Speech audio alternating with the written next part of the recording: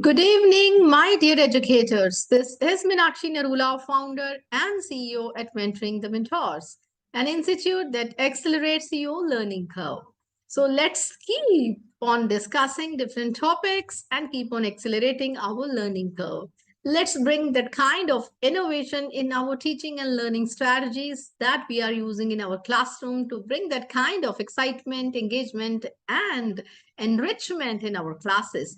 So, as I have been sharing with you number of tools to enhance your teacher's toolkit so that you will be able to foster competency-based education in your classes.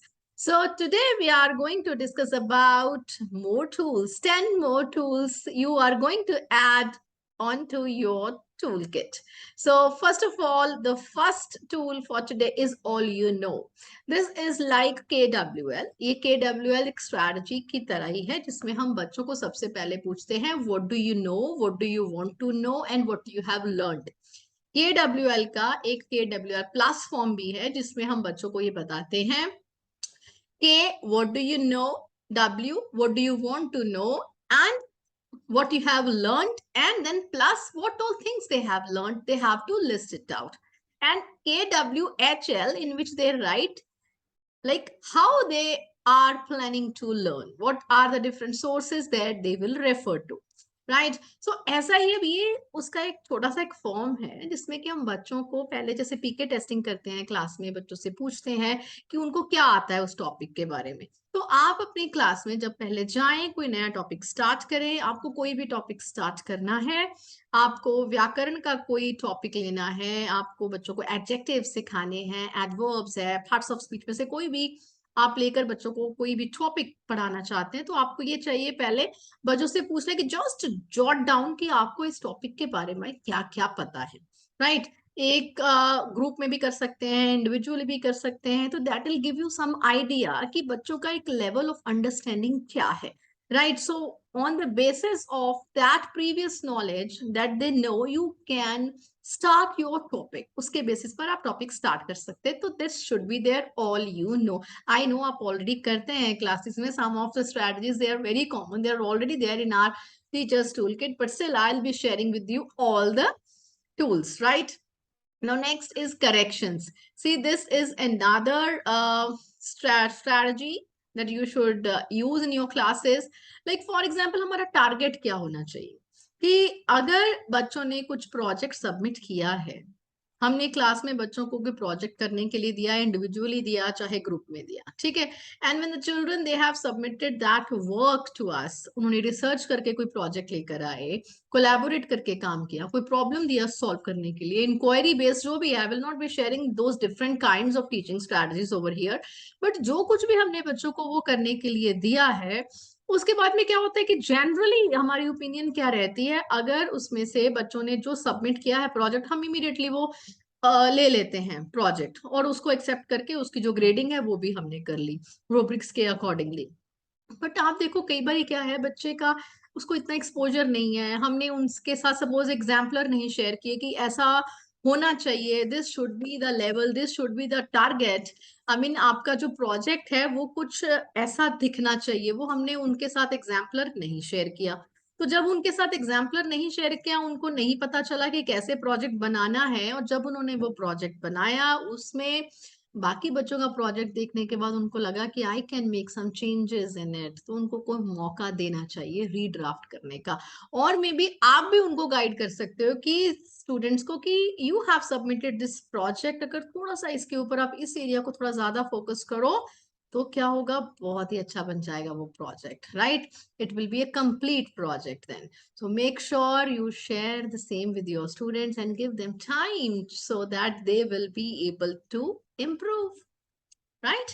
So and this is what we are talking about, corrections and comment only strategy. जरूरी नहीं हर बार number ही देने हमने students को.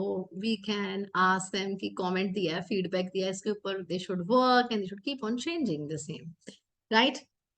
Now next is laminated criteria. Laminated criteria क्या है? मैंने it's a kind of that thing कि आप क्लास में जब बच्चों को पढ़ा रहे हो, आपको पढ़ाते पढ़ाते रूटीन में you can go for formative assessment. So उसके लिए क्वेश्चंस कई बार माइंड में स्ट्राइक नहीं करते कि कौन सा क्वेश्चन पूछे। अगर हमने क्विकली उनका एक फॉर्मेटिव असेसमेंट करना है, हमें देखना है वो डिपस्टिक की तरह यूज करना है। तो ये देखिए, जैसे कि अभी मेरे पास, let me see if it's visible to you, अभी एक टॉपिक से रिलेटेड मैंने ये छोटे छोटे लेमिनेटेड जो हैं वो कार्ड्स बना के रखे हुए हैं। इसमें I have written some questions, इनको लेमिनेट करा हुआ है, ओपन एंडेड क्वेश्चंस हैं।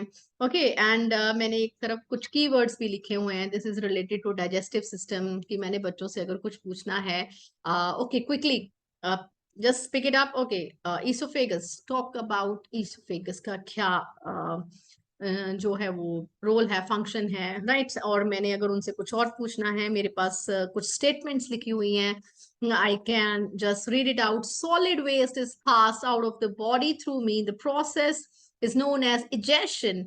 who am I? So like that, I mean general questions जो हैं वो आप बना सकते हैं अपने टॉपिक से रिलेटेड। से देखिए मेरा, I have got a cup full of this questions, laminated questions. You can also go for it. हमने जो टॉपिक पढ़ा है, पता है उससे रिलेटेड कौन से क्वेश्चन पूछने हैं। ओपन एंडेड होंगे कुछ क्वेश्चंस, कुछ क्लोज एंडेड भी बना सकते हैं, मिक्सचर ऑफ बोथ। तो आप रैंडमली स्टूडेंट से पूछ सकते हैं वो questions. So you can go ahead with that laminated criteria as well. Okay. तो नेक्स्ट इज कन्वेइंग प्रोग्रेस। बच्चों की प्रोग्रेस को उनको कन्वे करें। First of all, they will be happy, they will be confident, और they will be motivated. Motivation मिलेगा उनको आगे आगे और बढ़ने का। उनको थोड़ा प्रोत्साहन जो है वो चाहिए होता है। I hope you all agree with me कि बच्चों ने छोटे छोटे माइलस्टोन जो अचीव किए। बेटा आप रीडिंग बहुत अच्छे से कर रहे हैं, you have achieve this milestone. अभी अगला आपका टारगेट है कि आप जो फ्लुएंसी तो आ गई है उसमें, बट शब्दों का थोड़ा सही उच्चारण जो है उसके ऊपर ध्यान देना पड़ेगा।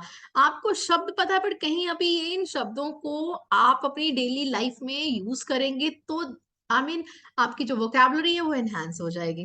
कुछ इस तरीके से स्टेप बाय स्टेप बच्चों के लिए छोटे छोटे माइलस्टोन सेट करेंगे कि बच्चा रीडिंग तो आ गई है, पर थोड़ा सा स्पीड इंक्रीज करना पड़ेगा।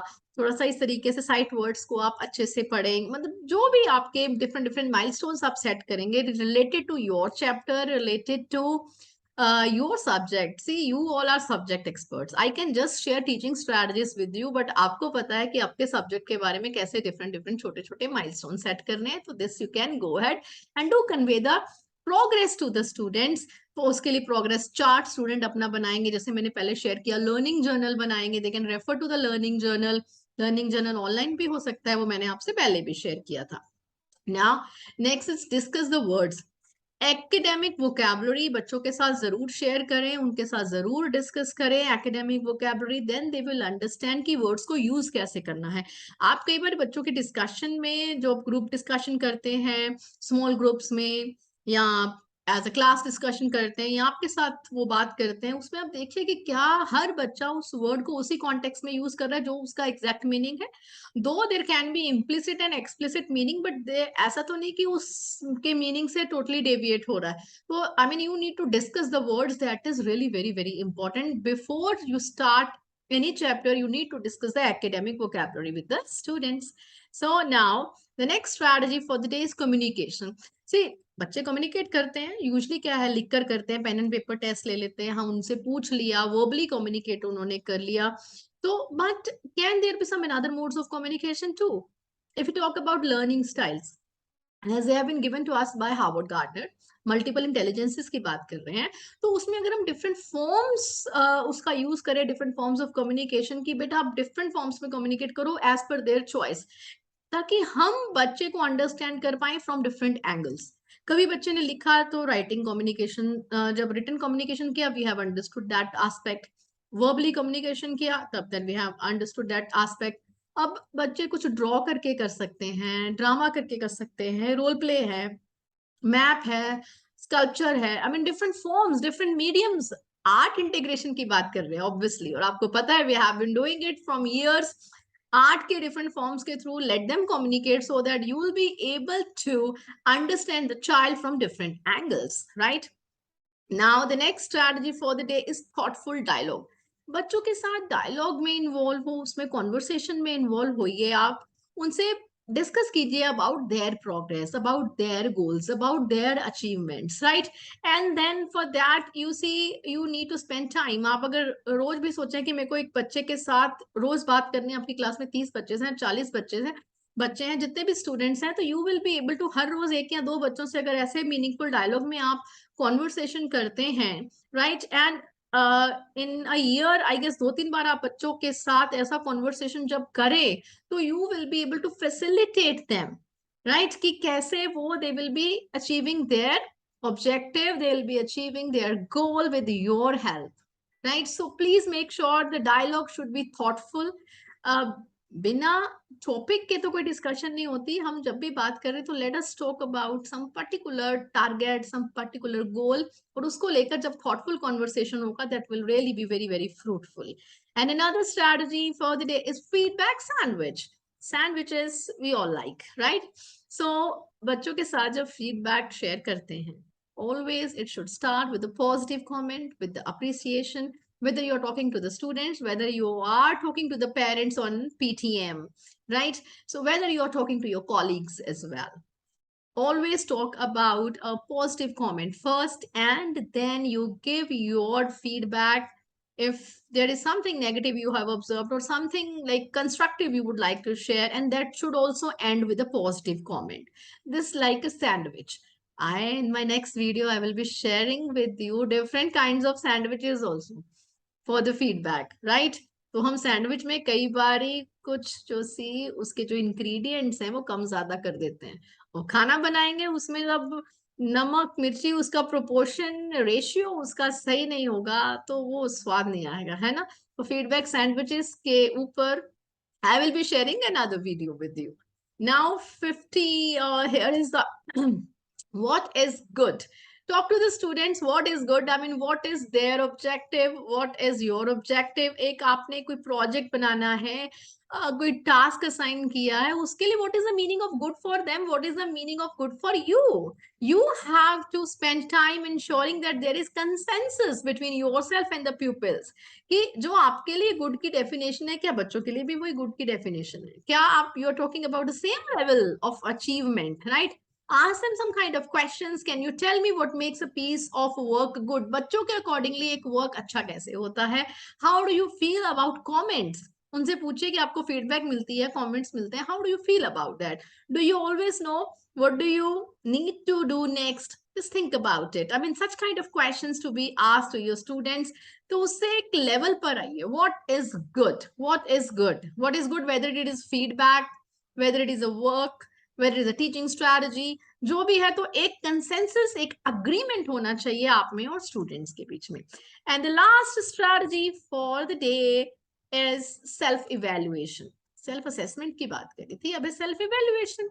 What is the difference? हम सोचते हैं सेम सेम थिंग है. सेल्फ असेसमेंट में हम चेक करते हैं कि हमने क्या सीखा है, हम कहाँ पर हैं, what we have learned, कितना अचीव कर लिया है.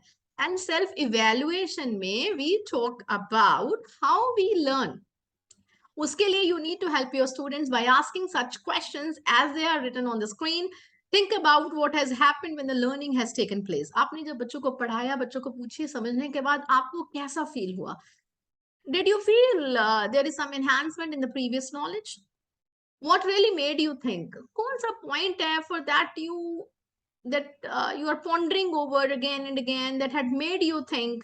And कहाँ पर आपको किस टॉपिक में ज्यादा हेल्प की जरूरत है? And what are you pleased about? किससे आपको बहुत खुशी हो रही है पढ़ के? Something and such kind of questions. And what have you learned new? आपको पहले आता था, आपने इसके बारे में नया क्या सीखा है? How would you use this knowledge in your daily life? Such kind of questions to be asked to a student. उसके लिए you can provide some model answers also to your students. So these were the 10 tools that I promised I'll be sharing with you, not more than 10 tools in a video. Make sure you use them and do share the same with the teachers in your community. Do share the comments in the comment section below. I love reading feedback. See, I have been sharing with you number of videos on feedback. So feedback to banta hai na. Do share the feedback in the comment section below. Subscribe to my channel so that you will be notified as and when I upload another video. Till then, goodbye. See you again with another 10 wonderful tools to enhance your teachers to begin. Bye-bye from Meenakshi Nerula.